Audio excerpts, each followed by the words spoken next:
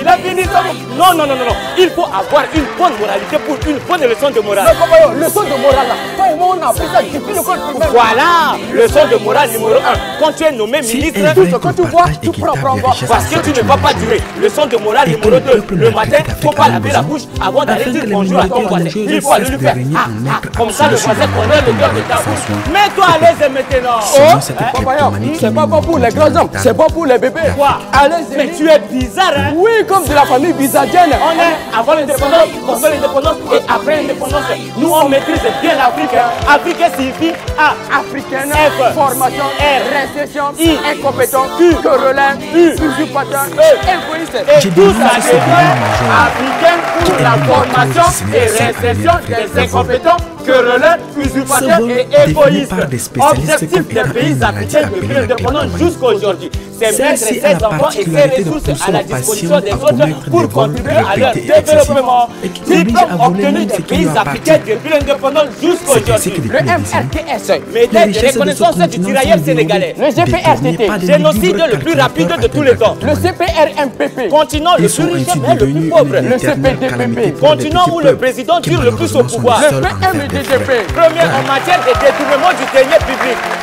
le PMDDP, Premier en matière de détournement du denier public. le CPTS, Continent le plus touché par le sida. le CPE, Continent le plus endetté. le CN, Continent noir. Nous sommes des colonels et lieutenants caporal adjudants chargés des affaires inutiles dans le quartier. Spécialistes d'hélicoptères lourds marque Peugeot. Spécialistes de pilotes de guerre sans pilotés. Spécialistes des combats nocturnes de l'air. Spécialistes des combats sans armes et d'armes nucléaires marque Kawasaki. Champion de fuir la guerre pendant la guerre chauffée. Présentons-nous. Voilà nous. qui ont mauvais départ à recommencer, c'est-à-dire non et prénom. Moi je m'appelle Yakolo Kacharouti de l'époque de Milango Sibisouba. Je m'appelle Baba Pignon Chaprogné et Yarna Pombo pour Galanga et je suis Miro mais Zimbabwe Alphonse Sekelo. Ils ont exploité l'ignorance et l'impuissance des districts. Bonne journée. Aidez-nous les pauvres. Pas nous les pauvres. C'est ce qui demande ici. Les plus développés. Aidez-moi le sous-développé. Je suis en crise. Aidez-moi. Les humanitaires. Toi, je te connais. Toi, tu es un faux aveugle. Lui, là, il voit bien, c'est un voyant. Il regarde bien, c'est un regardant. Voilà, moi, je vais arracher ça. Donc, c'est ça là qui t'a rendu la vue? Non, non, non, non, je suis redevenu encore aveugle. Il est devenu encore aveugle. À la recherche d'une il nous faut des mots, rien que des mots pour épancher nos douleurs. Comme tu as choisi de parler afin de te distinguer de l'animal, parle. Tu devais parler sans bégayer pour que la vérité libère. Car si nous ne sommes pas encore morts, la seule manière de nous distinguer de ceux qui ont perdu la langue et de ceux à qui on a coupé la langue, c'est de parler. Inventer les mots pour effacer nos mots. La crise, comptez des idées chroniques, ne tarde pas à rendre les esprits indociles. Les fonctionnaires arrêtent de travailler. À cela se greffent d'autres contestations sociales. Les retombées politiques de la prévarication, de l'incurie et de la capriccie. Alors, gère et pousse et féconde les manifestations qui paralysent tout le pays. L'opposition profite pour s'attaquer au pouvoir. Des tracts se multiplient et répondent dans toute la ville. Incitation au désordre social. L'information qui va de pair avec les désinformations. On dit que le président veut prendre sa retraite. Il décide de déménager du palais parce qu'il en a assez de multiples protestations de ceux qui l'ont placé au pouvoir. On dit quoi? On dit que dans les mois qui viendront, un nouveau premier ministre sera nommé. On parie que celui-là fera mieux que l'autre parce qu'il a de bons diplômes. On dit quoi? On dit que la Banque mondiale lui demande de réduire obligatoirement l'effectif de la fonction publique avant qu'elle puisse éventuellement lui verser une aide budgétaire. On dit quoi? On dit que l'opinion internationale estime qu'il nous faut un gros changement. Si nous voulons que notre pays évolue comme d'autres. Voilà. On dit quoi? On dit que le pays est victime de la mauvaise gouvernance parce que le pouvoir est seulement concentré entre les mains de nos frères des lagunes et nommé la plupart par népotisme qui ne pensent qu'à profiter du pain qui est sur la planche. On dit quoi? On dit que la Banque mondiale, le pays de l'Atlantique, a fait un don de 6 milliards. 6 milliards à la République du fleuve. On se demande où ont-ils gagner tout cet argent? Voilà. Où va l'argent des recettes publiques? Le bois, le coton, les diamants, nos matières premières qui exportent. Que font-ils de revenus? Se moquent-ils de nous quoi? On dit quoi? On dit quoi? On dit que lors de sa prise du pouvoir, le président n'avait pas ses mauvaises intentions. On pense que ce sont ses proches entourages qui lui a pris ses mauvaises manières. Pourtant, il dirigeait très bien le pays. Non, plus des années après les indépendances, nous demeurons toujours dans l'inclusivité. Qui doit donc gouverner l'Afrique si nous-mêmes, nous ne nous montrons pas assez mûrs pour le faire? De peur et de crainte s'habille notre présent. De quoi alors se vêtira notre futur? Alors, il faut tuer la mort dans toute l'Afrique. Mort. M-O-R-T. 4 lettres. M. Méchanceté. O. Orgueil. R. Rancune. T. Trahison. Éliminez tout ça dans l'Afrique. Mesdames, Messieurs, chers compatriotes et toutes celles de ceux qui me font l'honneur de suivre les actions de SOS Cameroun Solidarité par ma voix, je vous dirai jamais assez merci pour ce que vous nous apportez au quotidien. Sans vous, nous ne sommes rien et nous ne ferons jamais rien. C'est pour cela que je ne manque aucune occasion, ici comme ailleurs, pour vous renouveler nos remerciements. Merci à toutes et merci à tous. Mes chers compatriotes, aujourd'hui est un nouveau jour. Je suis rentré rapidement je suis rentré de l'un de mes déplacements. La semaine prochaine, je vais me rendre en Virginia. Il y a l'un de nos compatriotes là-bas qui est dans une situation très compliquée. Non seulement il est malade, il n'a pas pu honorer à son interview. Donc il devait normalement faire appel. Il est très souffrant. Il n'a rien. Donc nous allons nous déporter de ce côté, du côté de la Virginie, voir dans quelle mesure nous pouvons lui apporter une petite assistance à notre niveau. Donc nous courons à gauche et à droite.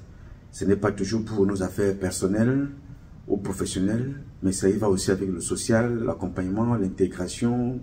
Nous essayons d'aider les nôtres et qui arrivent avec nos modestes petits moyens. Juste même seulement écouter, c'est déjà important. Partager l'histoire de l'autre, lui donner un conseil. Comme je vous ai dit, je me suis engagé ici que tout Camerounais, ou tout Africain qui a mon numéro de téléphone, qui arrive aux États-Unis avec l'intention de demander l'asile, il nous appelle, on pourra accompagner, ne serait-ce qu'avec les tickets de métro pour se déplacer, avec un téléphone, avec un numéro de téléphone, pris en son nom lui-même. N'acceptez jamais un numéro de téléphone. Quelqu'un a pris ce qu'on appelle parfois le bouquet familial. Bouquet familial, c'est-à-dire il a pris un numéro de téléphone parce que ça va coûter moins cher. À l'intérieur, il y a une ligne pour lui, une ligne pour sa femme, une ligne pour son fils, son fille, ou bien une ligne pour ses enfants. Ça devient un bouquet familial qui devient moins cher. Et ça, tu rentres à l'intérieur. Ce n'est pas bon. Ce n'est pas bon pour toutes les raisons que je vais te donner. Ce n'est pas bon parce que si un jour tu as un problème avec ce monsieur-là, il décide de retirer sa ligne, tu fais comment?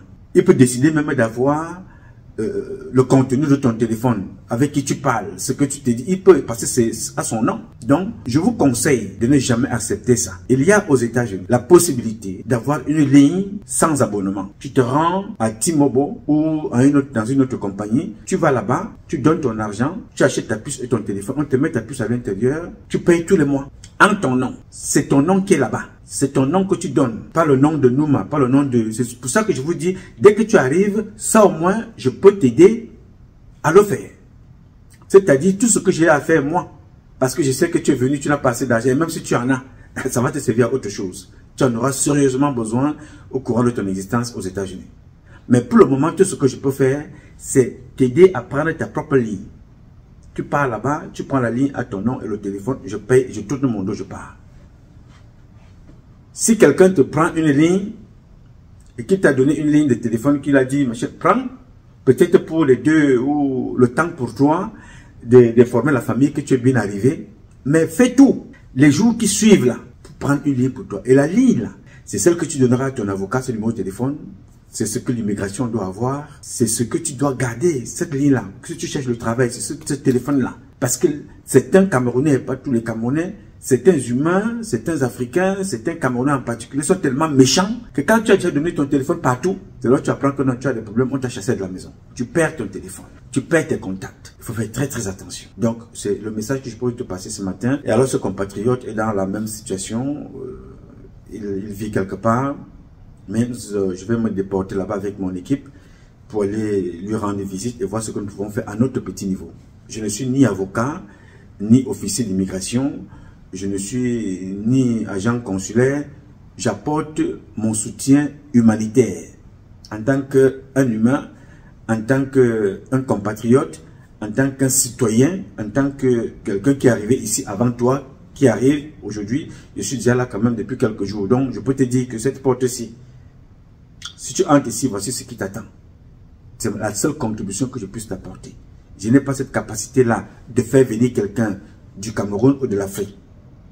Mais, j'ai cette capacité d'aider quelqu'un qui est déjà ici, qui est arrivé. Je peux t'aider, je peux te tendre la main à mon petit niveau. Alors, je vais souhaiter bonne guérison à notre compatriote en Virginie. Je vais souhaiter bonne arrivée à toutes celles de ceux qui sont arrivés. Beaucoup de courage à toutes celles de ceux qui vont se rendre à l'immigration pour vos interviews. Soyez courageux. N'ayez pas peur. Nous sommes là avec vous. Nous allons vous accompagner. Ce n'est pas tout le monde qu'on va arrêter. Ici, dans ce pays, il y a plus de 20 millions. À l'époque de Bama, il y avait 11 millions de sans-papiers. Aucun être vivant ne peut décider de chasser 20 millions de personnes. Il n'y en a pas. Aucun être vivant sur cette terre ne peut faire partie 20 millions de sans-papiers dans un pays. L'économie tombe. Le pays dont on parle de première puissance va devenir une puissance que vous connaissez. Donc, beaucoup partiront, beaucoup seront arrêtés, mais nous allons nous battre pour que ceux que nous pouvons aider légalement, en apportant notre assistance, qu'on puisse faire quelque chose. Et chaque personne qui peut apporter son concours, son soutien à chacun d'entre nous, n'hésitez pas. Nous ne sommes pas chez nous ici. C'est notre terre d'accueil, c'est notre deuxième résidence, notre deuxième maison, c'est notre deuxième nation, notre deuxième patrie qui nous a apporté beaucoup de choses, mais nous savons aussi d'où nous venons.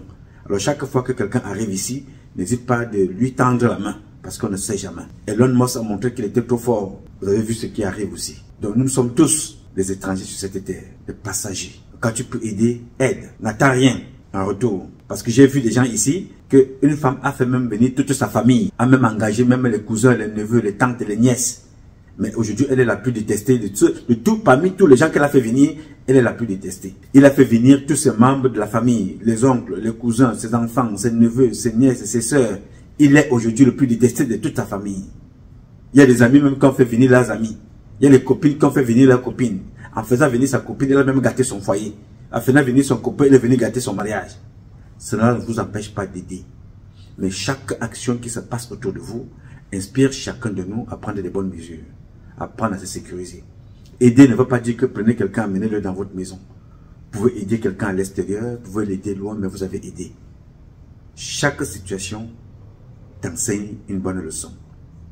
Qu'elle soit en défaveur de ta personne ou en faveur de ta personne, elle t'inspire toujours des choses à faire et des choses à ne pas faire.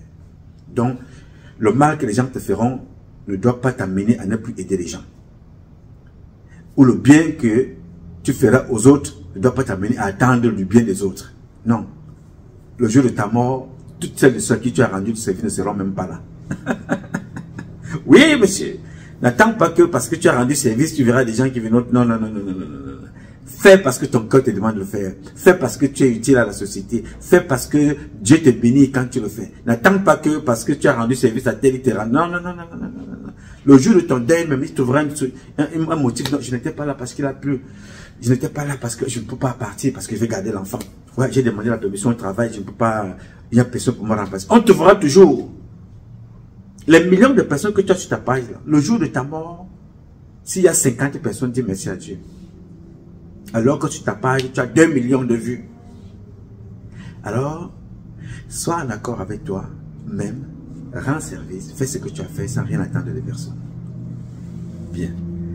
Mes chers compatriotes, ce matin, je voudrais très rapidement échanger avec vous, mais avant, je vous demanderai de glorifier Dieu et de célébrer la vie. Sans lui, nous ne sommes rien, nous ne serons jamais rien. Appelle-le comme tu veux, Zamba, Zambe, Zama, Tatabe, Si, Loba, God, Job, Allah, Nini, donne-lui le nom que tu veux, mais glorifie-le et célèbre la vie. Moi, je le glorifie, je le célèbre en parlant avec vous. Alors, ce matin, j'ai voulu échanger avec vous sur un constat. des leçons tirées de l'apprentissage par observation. J'ai donc mis France, 2 points. Quand la France choisit de te remplacer par ton porteur de sac, c'est une humiliation à nul autre pareil dans le monde. Nos parents, chefs d'État, avec leur concours, ont passé toute leur résistance à être insultés par la France. Et quand ils ont été insultés par la France, à la fin, la France les oppose à nous autres. Ou la France nous oppose à nos parents présidents. Et à juste titre. Ça se fait de façon automatique. Parce que la seule chose que Francine sait faire dans la société, c'est de détruire, vous opposer tactiquement. Parce que la France ne se bat pas pour vous rendre la vie facile. Tout ce que la France étudie, dès que tu prends le pouvoir, elle te donne le pouvoir, elle commence à étudier comment elle va te déstabiliser le moment venu. Parce que elle te pousse à appauvrir ton peuple. Le peuple commence à te détester. Le peuple te déteste à un degré que tu ne peux même pas imaginer. Ce que je t'ai montré comme introduction là, les petits gars qui font le sketch là, tout ce que ces enfants là ont dit, c'est le résumé de ce que nous vivons depuis pratiquement c'est ce que nous vivons avec la France depuis pratiquement près de 150 ans. Tout ce que vous avez vu là, tout ce que vous avez écouté là, c'est ça. On te pousse à appauvrir ton peuple parce que demain c'est le peuple là qu'on va utiliser pour se moquer de toi. Pour te faire du mal. Parce que si tu laisses ton peuple affamé, le jour où la France te débarque, la première personne qui sera contente, c'est moi. Je vais dire, ah, enfin, oh là là, tu pensais que tu es arrivé. Tu penses que je suis seul à penser comme ça? Non, les Camerounais vont dire, oh voilà, toi tu pensais que tu es arrivé. Ah, toi aussi, hein, donc tu es tombé, hein, ok. C'est ce que la France sait faire. Et pour cela, elle est maître. Oui, monsieur. Parce que la France, elle fait exactement ce que... Parce que ce comportement-là, c'est le comportement des paresseux, le comportement des jaloux, des personnes méchantes. Les associations qui portent plainte à nos présidents en Afrique, on récupère les biens, nous dit-on, des biens mal acquis. Ces biens-là ne sont pas retournés en Afrique, ne sont pas retournés aux associations de ce pays-là, pays concerné, mais les biens sont partagés par les autorités du pays dont l'association a porté plainte. Et ça a toujours été comme ça. Personne n'apprend rien. On va acheter, le président va acheter des maisons en France, en Europe, les enfants du président, les filles du président, le fils du président, les ministres, on va acheter. Quand ils décident de vous débarquer, ils vous débarquent et ils récupèrent tout. Regardez qu'il y a une Miss là, Miss hein, France. Je pense que ça s'appelle Sonia Roland. Bongo a acheté une maison à cette femme-là. La jalousie française, parce que Bongo a acheté une maison à cette femme-là, on a décidé de prendre cette maison, ou bien de la taxer, ou bien de l'impliquer dans des histoires qui concernaient Bongo. Pourquoi je dis de la jalousie? Parce qu'avec tout ce que Sarkozy a fait après en Afrique, pourquoi quand on poursuit Sarkozy, on ne récupère pas tout ce qu'il a acheté à ses enfants? Pourquoi on ne poursuit pas Thomas Fabius? Thomas Fabius que vous voyez en photo là, avec Martin Benguer-Boutou. Ils ont pris des milliards qu'ils ont fait payer à Paul Biya pour être reçus par Hollande. À l'époque, le père de Thomas Fabius, qui est Laurent Fabius, était ministre des Affaires étrangères. Pour que Paul Biya soit reçu par Hollande à l'époque, Martin Benguer-Boutou et les autres ont monté un stratagème pour sortir des milliards. Le fils de Thomas Fabius, un bandit des casinos américains, endetté dans les casinos américains, a réussi à s'acheter une maison derrière RFI. Les journaux français en ont parlé. C'était pas avec l'argent de son père, c'était avec l'argent du Cameroun donné par Paul Biya, par le biais de Martin Benguer-Boutou et tout un réseau qui avait fait ça. Les Camerounaises et les Camerounais n'ont pas de maison en France. Certains Camerounais sont chassés de leur terre. Mais l'argent des Camerounaises et des Camerounais du peuple camerounais a permis au fils de Laurent Fabius de s'acheter un appartement très luxueux. Mais quand ça éclate, on ne demandera pas à prendre de l'appartement là. Non, parce que c'est un réseau. C'est comme ça que ça fonctionne. La France a toujours fonctionné comme ça. Et pendant que tu es donc président, tu te dis, voilà, je suis là, je peux aller, je rencontre Hollande, je rencontre Sarkozy, je rencontre Emmanuel Macron, je rencontre Chirac, je rencontre. Mais le jour où ces gens te chassent, c'est comme s'ils ne t'avaient jamais connu. Je te jure. Mais quand le monsieur qu'on appelle Bourgi vous raconte comment Dominique de Villepin l'a rabouré, l'a presque chassé, quand il demandait que vraiment Mobutu veut venir se faire soigner, Bongo, c'est lui qui vous le dit. Monsieur le Président, c'est vous que le patron, c'est pas le secrétaire général, mais il saura trouver un moyen. J'appelle Villepin, je lui dis Dominique, c'est le maréchal Mobutu, il voudrait un visa et finir ses jours en France, être soigné. Ah non, non, non, il faut demander à Alain Juppé, qui était Premier ministre. Alors là, ça a été une réponse cinglante. Non.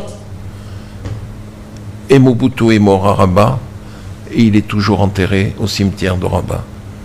Deuxième affront fait à un chef d'État qui a aidé, c'est Omar Bongo Ondimba. Omar Bongo Ndimba, qui a fait les gouvernements français, qui a aidé les Français depuis Pompidou, il est mort dans une clinique de Barcelone. Il est mort, madame, dans une clinique de Barcelone, alors que c'était un homme qui était suivi par les grands professeurs de l'hôpital américain de Neuilly. Parce qu'à la fin, on ne le recevait plus, on ne le considérait plus comme avant. Ingrate. Elle est ingrate. Elle a été ingrate. Et c'est en 2009. En 2009, Bongo, en mars, il venait de perdre maman Edith, sa femme. Edith Bongo. Oui, maman Edith. Il me fait venir à Libreville, il me dit, fiston, tu sais que je suis malade, et je vais bientôt partir. Je lui dis, papa, ne dites pas ça. Vous allez tous nous enterrer. S'il vous plaît, ne dites pas ça. Fiston, tu as vu comme je suis reçu en France maintenant. Tracfin, les biens mal acquis, l'affaire Elf. Toi, tu sais ce que j'ai fait pour tout ce monde-là depuis 40 ans. Je dis, oui, papa, je le sais. Il me dit, je te demande une seule chose. Quand je serai parti, sois ma mémoire. Au nom du prophète, sallallahu alayhi wa sallam. Et c'est cette promesse que vous avez voulu honorer en 2011. Dans ces mémoires que voilà. Vous avez rédigées. J'ai tout dit. Il est mort dans une clinique de Barcelone. C'est terrible. Omar Bongo qui meurt dans une clinique de Barcelone. J'ai vécu avec lui. Et Laurent Gbagbo, il a connu ça aussi. Il donne 3 millions de dollars à Villepin et à Chirac, et ensuite il le poignarde. Dans ce que j'ai vu dans ma chienne de vie. Un jour, j'ai accompagné un ambassadeur d'un pays africain, le Gabon. C'était l'ambassadeur du Gabon à Paris. Je l'accompagne, Chirac était président de la République. Et je prends rendez-vous, mais les rendez-vous à l'Élysée, M. Perelman, ça n'était pas dans le bureau du général qu'occupait M. Chirac. C'était dans le bureau de Dominique de Villepin, qui, depuis la mort de Jacques Foucard, a été fait par Chirac le réceptionnaire de tout cela. C'est là que ça se passait. Et donc, nous allons avec l'ambassadeur du Gabon à Paris, porteur de la mallette, je ne l'ai jamais porté, attention, porteur de la mallette, nous allions dans la voiture diplomatique à l'Élysée, toujours garé avenue Marigny, on passait par le portail de l'avenue Marigny. Plus discret. Pardon ? Plus discret. Beaucoup plus discret. Mais la plaque 43 CMD1, ça se voit immédiatement. Et on montait à l'étage où était le secrétaire général de l'Élysée. Nous rentrions dans le bureau du secrétaire général. Ça va, monsieur l'ambassadeur et tout. Mais les éléments de langage avaient été donnés déjà à Villepin par moi. Ça se va bon. Et à ce moment-là, la porte s'ouvrait, le bureau mitoyen, Chirac entrait, monsieur l'ambassadeur, il s'est parlé, vous voyez. Comment va? Tout va bien? Et l'ambassadeur lui dit, monsieur le président, pour votre action politique, le président Bongo m'a chargé de vous remettre cette mallette. D'accord. Chirac regarde la mallette et il voit que il y a des codes. Il dit bon, je vais l'ouvrir. Et il dit mais il y a un code, monsieur le président. Et il dit bon, quel est le code? Il regarde l'ambassadeur, il dit quel est le code? Il dit monsieur le président, j'ai pas le code. Il dit comment vous n'avez pas le code? Il dit non, c'est Robert qui a le code. Et moi j'étais le à connaître le code et Pascaline. Quand il y avait Pascaline, il n'y avait pas de code. Il n'y avait pas de code, mais elle savait quel était le code, 555. Alors je me tourne vers Villepin qui était sur ma droite. Je lui dis, Dominique, est-ce que vous pourriez me donner un bout de papier? L'instruction de Bongo était précise. Alors Chirac me regardait et Dominique vient et me donne le papier et je fais 3-5. Je plie en 4 le papier et je le donne au président qui l'ouvre, le met dans la poche, actionne tout de suite. Ah, il m'a gâté. Mais que de billets de 500. Il n'y a que des billets de 500. Il dit, oui, monsieur le président, ça prend pas beaucoup de place, les billets de 500. Voilà. C'est comme ça que ça se passait, M. Perelman. Voilà des chefs d'État qui peuvent construire des hôpitaux les plus luxueux de la planète, mais passent leur temps à aller donner de l'argent à des personnes pour payer le fait qu'ils ont été nommés. Ils payent toute la vie et à la fin, ils sont ridiculisés, comme vous avez suivi là. Alors, pendant que tu es président, on t'empêche de former intellectuellement, politiquement, socialement, stratégiquement, ceux-là qui peuvent mener le pays après toi. Mais le jour où tu tombes, on va chercher quelqu'un qui portait ton sac. C'est-à-dire, cette personne-là ne voyait pas les dossiers. Il n'est pas dans ton bureau. Il n'est pas ton secrétaire. Il est dans ta sécurité. Il a son bureau quelque part. C'est-à-dire, ce n'est pas ton adjoint, le vice-président. Ce n'est pas ton premier ministre. On va prendre ton porteur de sac. Il n'y a aucune autre insulte sur la planète Terre qui dépasse celle-là. Je vous assure que ça me dépasse. Alors, quel est l'intérêt de s'asseoir aujourd'hui de dire « J'ai été à l'école en France. J'ai eu mon doctorat à Bordeaux. J'ai eu mon doctorat à l'université de Dauphine. J'ai eu mon doctorat à Nice. J'ai été médecin. J'ai eu l'agrégation.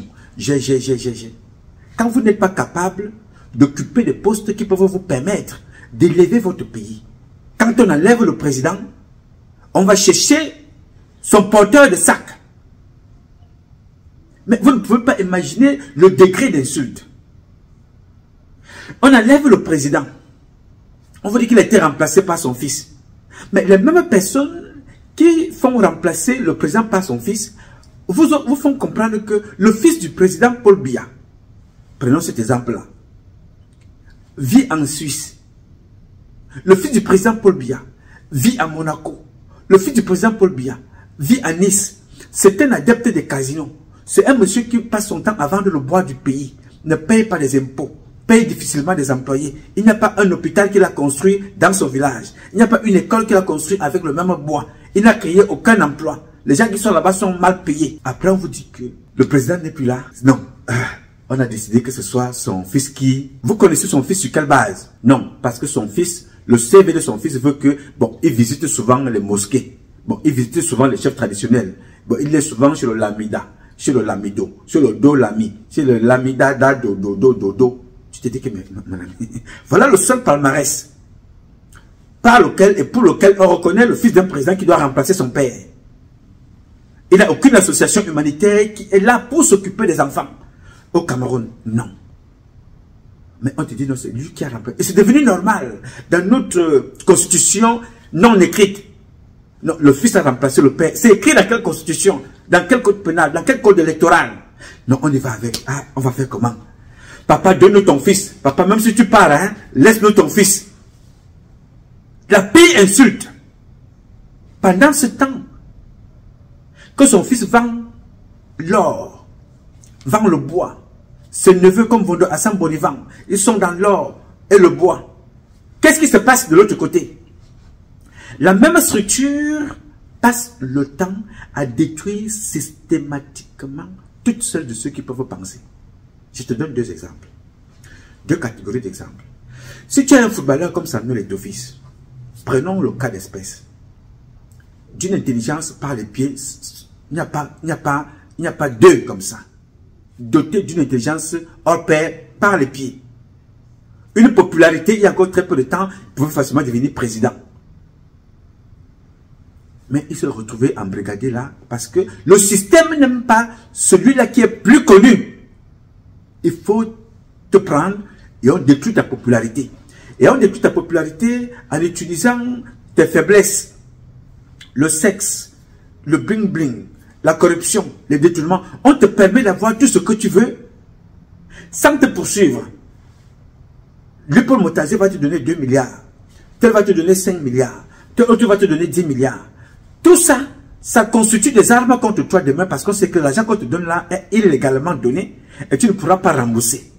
Et l'argent ne va pas répondre à tout ce qui a été fait pour lequel tu as été prendre cet argent. On prend, on ne te poursuit pas, on garde.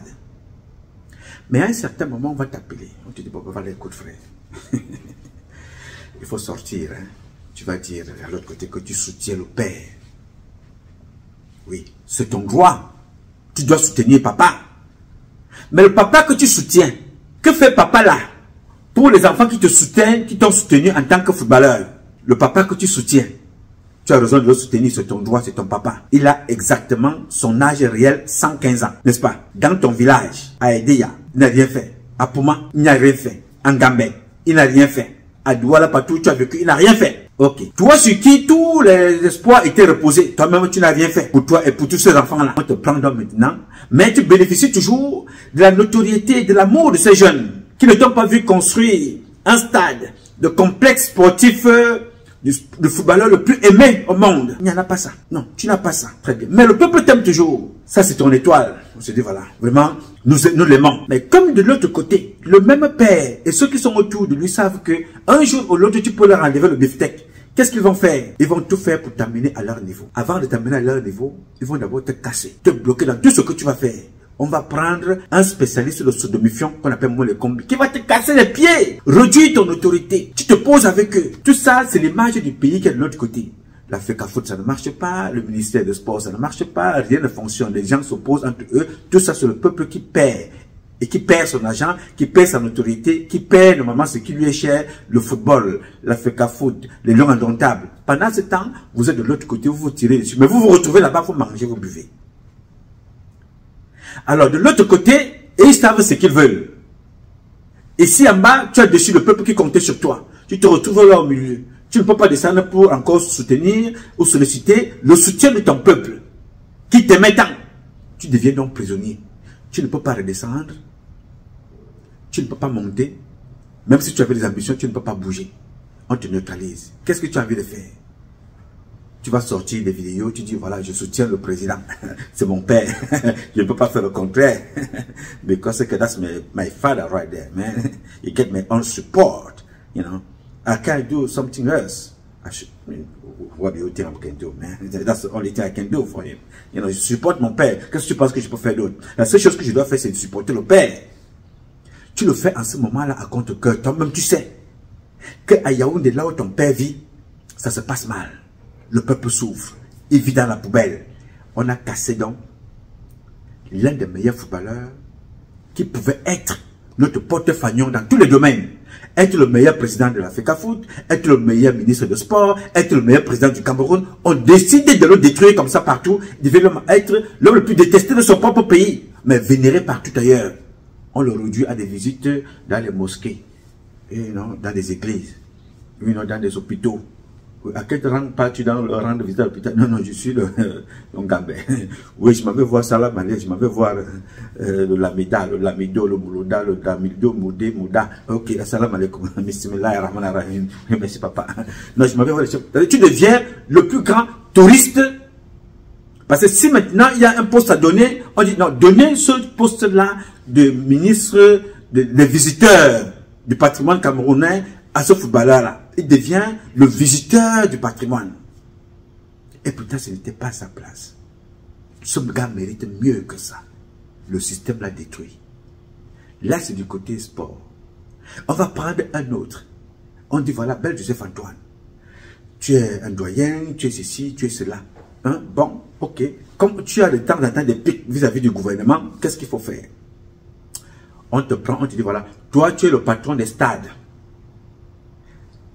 Tu es le patron des stades. C'est-à-dire, on te prend pour aller mettre les bâtons dans les roues à ton propre frère, ton petit frère, ton jeune, avec lequel vous pouvez faire un dieu pour élever le pays. Mais non. L'hégémon central veut vous neutraliser. Pour vous neutraliser, il faut vous opposer. Pour vous opposer, il faut vous donner des postes où l'un contrôle l'autre. L'un ne peut rien faire sans l'autre. Et c'est toujours l'hégémon central qui doit toujours avoir la décision sur ce qui se passe ici en bas dans le football. Sur haute instruction du président de la République, on a demandé d'ouvrir tel stade. Sur haute instruction du président de la République, on a demandé de donner 2 milliards à tel. Sur haute instruction du président de la République, monsieur Job, sur haute instruction du président de la République, monsieur Bel Joseph Antoine ne doit pas nommer les personnes. Il n'a pas droit à la nomination. Voici ce que le président a décidé, voilà ce que le président a décidé. On vous neutralise comme ça pour rien. Rien ne bouge. Rien ne peut bouger. Est-ce que vous croyez que ce n'est qu'à votre niveau? Allez regarder le domaine des professeurs. Observez le comportement de tous les professeurs camerounais. qui ont décidé de parler publiquement. Allez regarder à quoi est-ce que le système les a réduits. Regardez Baïbek, ce monsieur-là, dans un pays normal, il devait occuper 2 postes. Le conseiller spécial du président en matière de la santé, ministre de la santé. Le minimum, c'est ministre de la santé.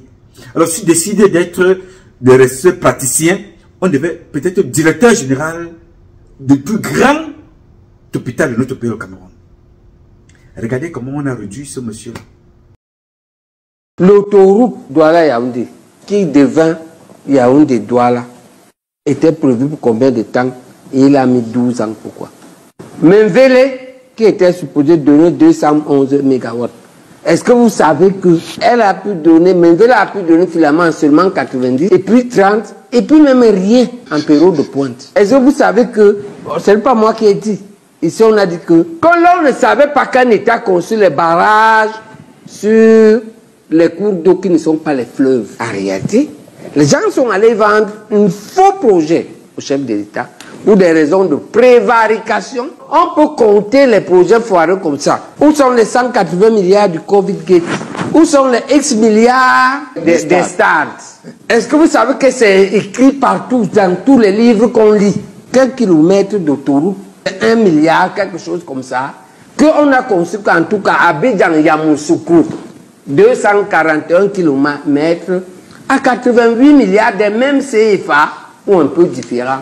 C'est même, ça passe du simple au quintuple. C'est un échec total. Échec sur les infrastructures, échec dans la santé, il n'y a pas de couverture maladie. Et la santé n'est pas possible s'il n'y a pas de couverture maladie. Donc, échec total. Échec scolaire, j'ai dit ici que les 18 professeurs qui vont au concours là, c'est 17 qui ont raté, parce qu'ils ont oublié sur le doigt là. C'est un seul qui doit continuer les 3 autres épreuves. Si les professeurs d'université échouent d'abord, que peut être l'école?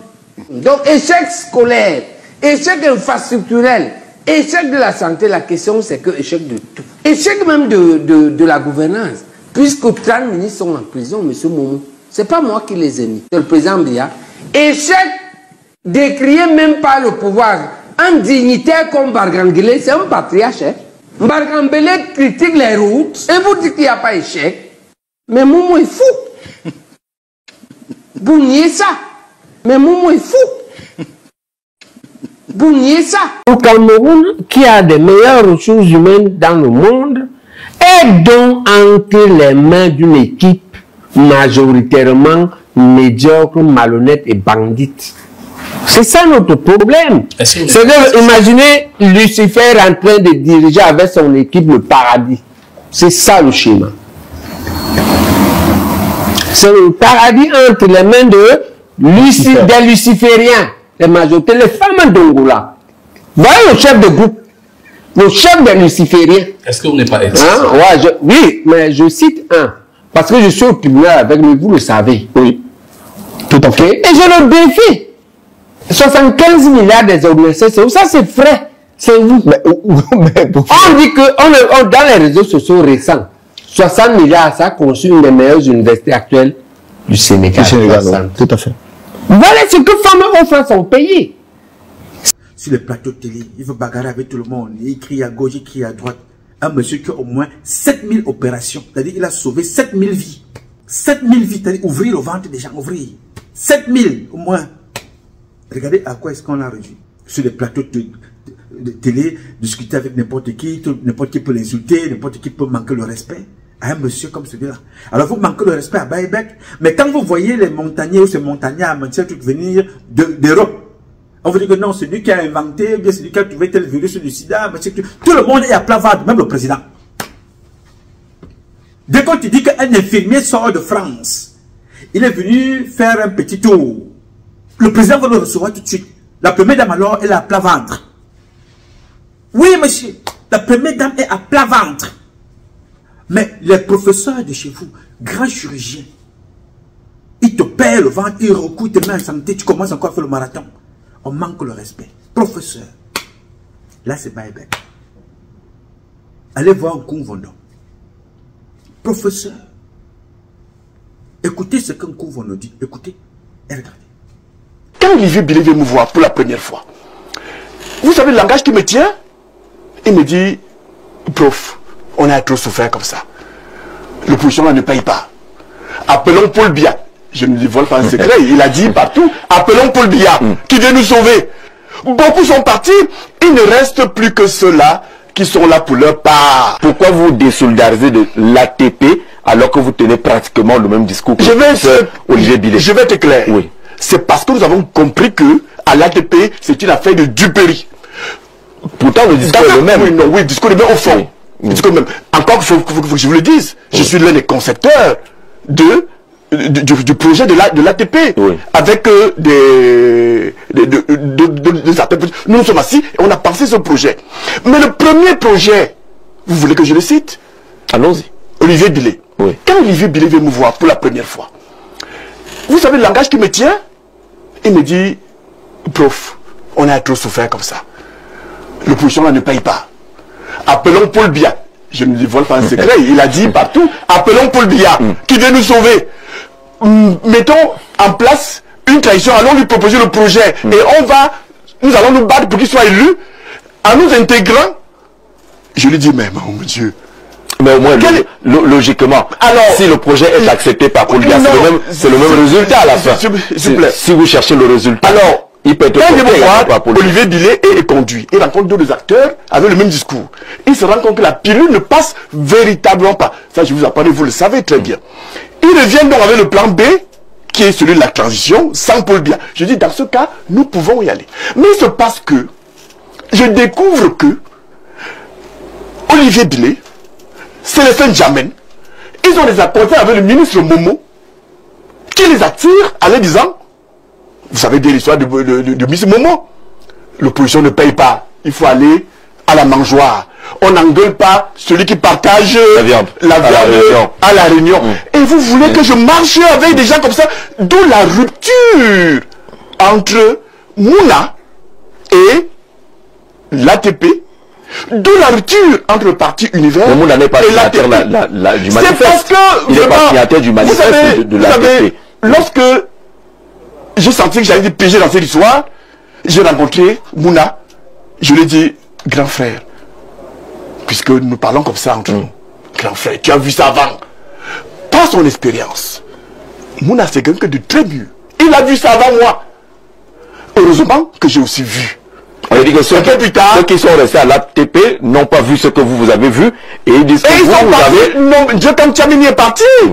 L'un des penseurs du projet de transition. Dieu comme Tchamini est parti. Aguerre Mouna est parti. On confondant avec le parti Univers, nous sommes partis. Beaucoup sont partis. Il ne reste plus que ceux-là qui sont là pour leur part. Et l'autre côté, vous n'êtes pas votre part, parce qu'on dit de vous qu'après votre séjour en Afrique du Sud, vous êtes curieusement revenu très proche, très lié, et que là-bas également, il s'agirait d'une affaire d'argent. Une affaire d'argent. Alors, j'ai entendu Olivier Billet dire ça. Il dit que, bah, écoutez, nous sommes allés chercher l'argent. Nous étions ensemble, non? Olivier Billet et moi, nous avons pris le même avion. Nous étions dans le même avion, nous sommes arrivés à Johannesburg. Vous êtes allé chercher quoi à Johannesburg? À Johannesburg. Vous êtes allé chercher quoi à Johannesburg? Je vais vous dire les choses simplement. Oui. À Johannesburg, non, à Pretoria. Parce qu'on est d'abord à Johannesburg avant d'arriver à Pretoria.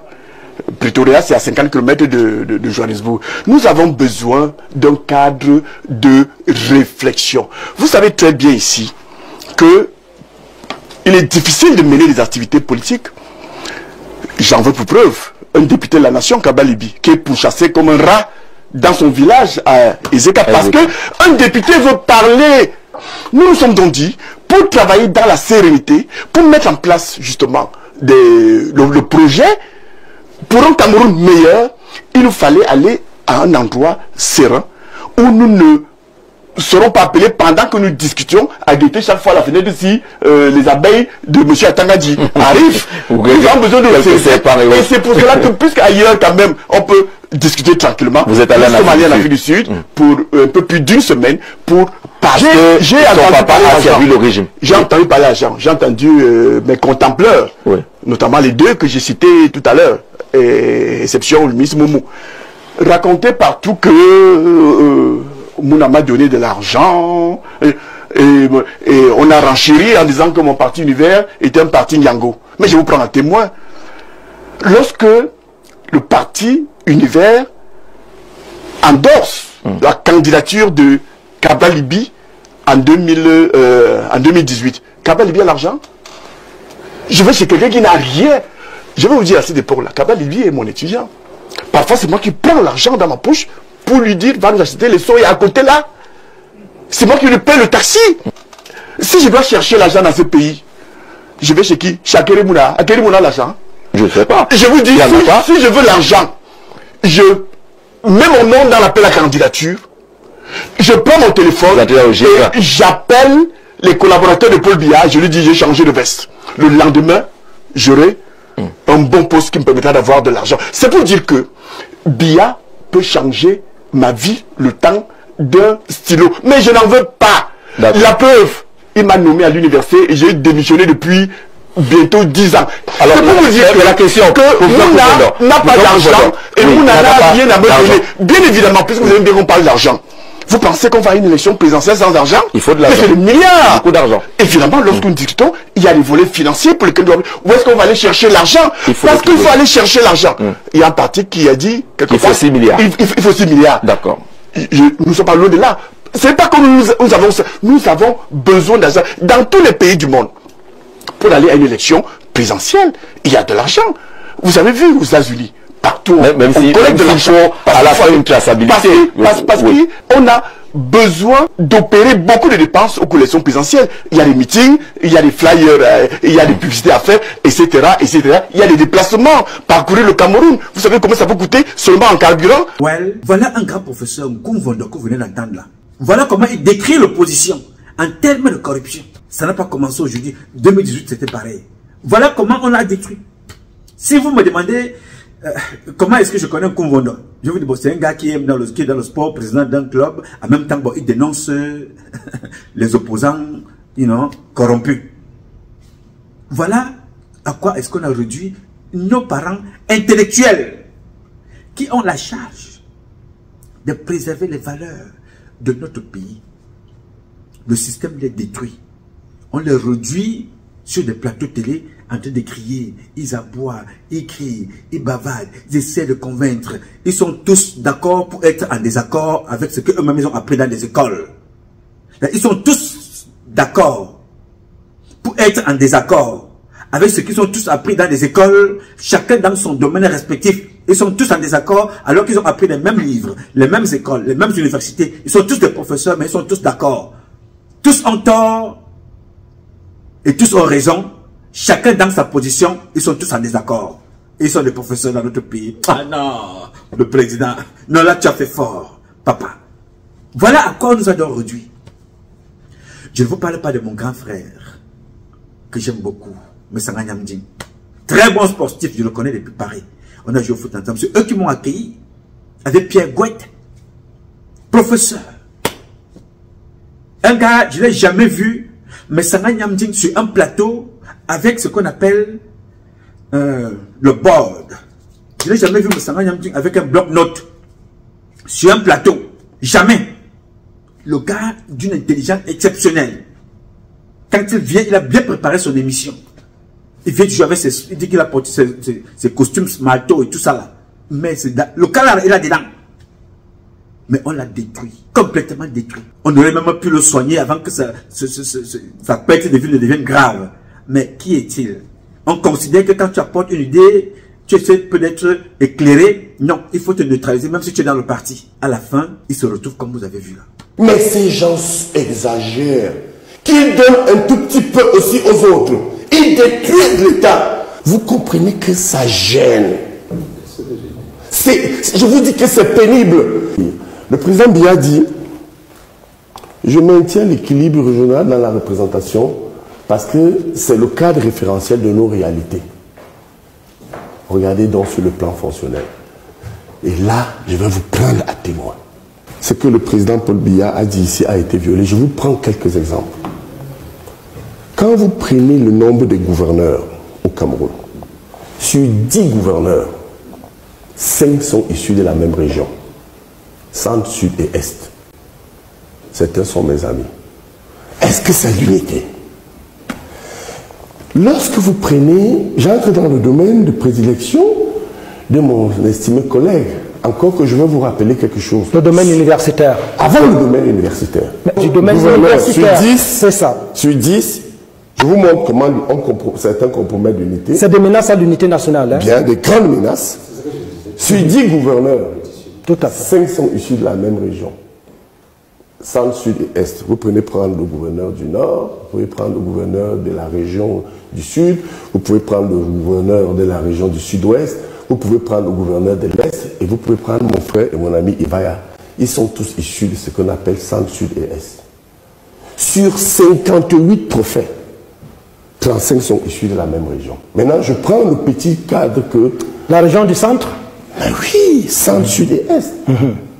Bien, je vous montre où est l'unité. Maintenant, j'entre dans le domaine de mon frère et ami, vieux, estimé collègue Aboya. On a 11 universités. L'université de Yaoundé 2, le recteur est du centre. Les deux chefs d'établissement, le chef de département, le chef, le doyen de la faculté des sciences juridiques et de politique Ondoa, il est du centre. Le doyen de la faculté des sciences économiques avant, il est du centre. La secrétaire générale de l'université de Yaoundé 2, elle est du centre. Où est l'intégration? Le vice-recteur lui-même, il est du centre, je l'ai oublié. Lui-même, il est du centre comme le recteur. Il est là, c'est mon frère. Aboya est du centre, le recteur est du centre, les deux doyens sont du centre. Maintenant, avançons un petit peu. Prenez les grandes écoles. L'INAM, il est du centre. L'école normale, il est du centre. Lyrique, il est du centre. L'Estique, il est du centre. Polytech, il est du centre. Allons même dans ma petite maison lyrique. Le directeur est du centre. Chers collègues, monsieur le recteur, vous êtes notre patron. Je vous dis ce que j'ai eu à dire à deux au ministre Famandongo. Les 4 chefs de département de lyrique sont du centre. Alain Didier Olinga, chef de département de droit international, est du centre. Mandjem, chef de département de l'intégration, est du centre. Bachom, chef de département de politique internationale, est du centre. Eba Ebe, chef de département d'économie, est du centre. Notre maison, que vous et moi, on s'est pas né, une école internationale. Laissons Yaoundé 2. Allons maintenant à Yaoundé 1. Le recteur est du Sud. Le vice-recteur, notre collègue Wonangini, il est du Sud. Le doyen de la faculté de médecine est du Sud. Et les autres que j'ai déjà cités, je ne reviendrai pas là-dessus. Regardez quelque chose encore de très grave. Allez à l'université de Douala. L'université de Douala a 11 établissements. 11. Je vous dis 11. Sur les 11, 8 sont occupés par le centre sud et l'est. Je vais citer. Le recteur Ondoa est du centre. Asako est de l'est. Le doyen de la faculté des sciences juridiques et politiques Akam, mon frère, il est du sud. Le doyen de la faculté des sciences économiques Mokolo, il est du centre. Le doyen de la faculté de lettres, il est du sud. Le directeur de l'ESSEC, il est du sud. Mais entre nous, où est l'unité? L'unité fonctionnelle, l'unité opérationnelle. Vous voyez donc que, et je vais pas confisquer la parole. Mais ils sont nommés par décret, mais Sangani Amding. C'est pourquoi c'est votre champion auquel vous vous identifiez qui signe ces décrets. Je vais vous dire une vérité. Le président signe parce qu'il fait confiance à ses collaborateurs. Si on vient vous dire qu'un décret ne se prépare pas, c'est faux. C'est pourquoi je vous ai toujours dit qu'il est pris en otage, les gens le trompent et ne lui donnent pas l'impression que, effectivement, ce qu'il signe est toujours correct. Si c'est lui qui signe même ça, même si je suis biaï, c'est mauvais. Mon frère, on n'a pas fini. Au-delà des universités identifiables, quand vous allez à Tchang, le doyen de la faculté des sciences juridiques et politiques du Vélo est du sud. Quand vous allez à Ngaoundé, le doyen de la faculté des sciences juridiques et politiques est du centre. Nous, les Sawa, on n'a rien. On n'a pas de gouverneur, on n'a pas de préfet. On n'a pas de gouverneur, je vais dire. Maintenant, allons au sud. Pourquoi nous, à Douala, on donne quelqu'un du centre? Et au sud, on donne quelqu'un du sud. On ne peut pas nous donner aussi le sud? Vous comprenez que ça gêne. Je vous dis que c'est pénible. Et je n'ai pas touché d'autres secteurs. Quand je sors de là, j'observe un peu la diplomatie. J'arrive. Regardez les grandes ambassades. Paris, c'est un gars du centre, Ekoumo. Berne, c'est Bindi, il est du centre. Mais fois qu'on est comme Paris. Genève, c'est mon frère et mon ami Eyet Salomon, il est du centre. Bruxelles, c'est évident, il est bourg. Tokyo, c'est Haïti, il est du centre. Washington, c'est Sumba, il est du centre. Quand vous allez même encore à côté, allez voir les Pays-Bas, c'est Madame Ondoa, elle est du centre. Où est l'unité fonctionnelle de l'État? Bon, laissez, et vous croyez donc que... Laissez Gaël Mbekam vous répondre à cette question. Donc vous comprenez que c'est une construction que nous devons corriger. Parce que si nous voulons consolider notre unité, je n'ai pas touché d'autre corps. Et je m'abstiens. Je n'aurai pas le courage de mon frère, le maître Tchapi, qui a parlé de l'armée. Mais quand vous voyez quand même que le ministère de la Défense, c'est le centre, le CED, c'est le centre, la DGSN, c'est le centre, ben écoutez, c'est pas moi qui le dis, c'était un rapport de la FBI qui lui l'a seulement lui aussi, où il y a 10 ans, on parlait de l'hégémonie Betty. Ma mère Betty, je viens d'enterrer mon nom, voilà mon oncle. Et son mari n'est pas mon oncle maternel. Si. Je suis du centre par ma mère. Mais ces gens exagèrent, qu'ils donnent un tout petit peu aussi aux autres. Ils détruisent l'État. Voilà. Est-ce que vous croyez qu'ils peuvent être d'accord avec Massanga Nyamding quand il décide d'éclairer comme ça? Jamais, n'est-ce pas? Ils ne peuvent pas être d'accord avec lui. On l'a mis de côté, sanctionné. On prend leur punition, c'est qu'on t'affecte d'abord ailleurs. Le temps d'arriver là-bas, on te renvoie de l'autre côté. Tout ce qu'ils vont faire sera en contradiction avec la loi. Ils le savent. Mais ils le font quand même pour te nuire. Ils l'ont fait avec Baïbek, bloquer ses comptes, bloquer ses salaires. Ils l'ont fait avec Massanga Nyamding. Ils le font avec tout le monde. On détruit comme ça ceux qui peuvent penser le pays. Est-ce que vous pensez que Massanga Nyamding est seul? Regardez l'autre professeur qui était directeur général de l'hôpital. Celui que vous voyez là. Pierre-Joseph Fouda. Directeur général, il vient de prendre sa retraite. La photo que vous voyez.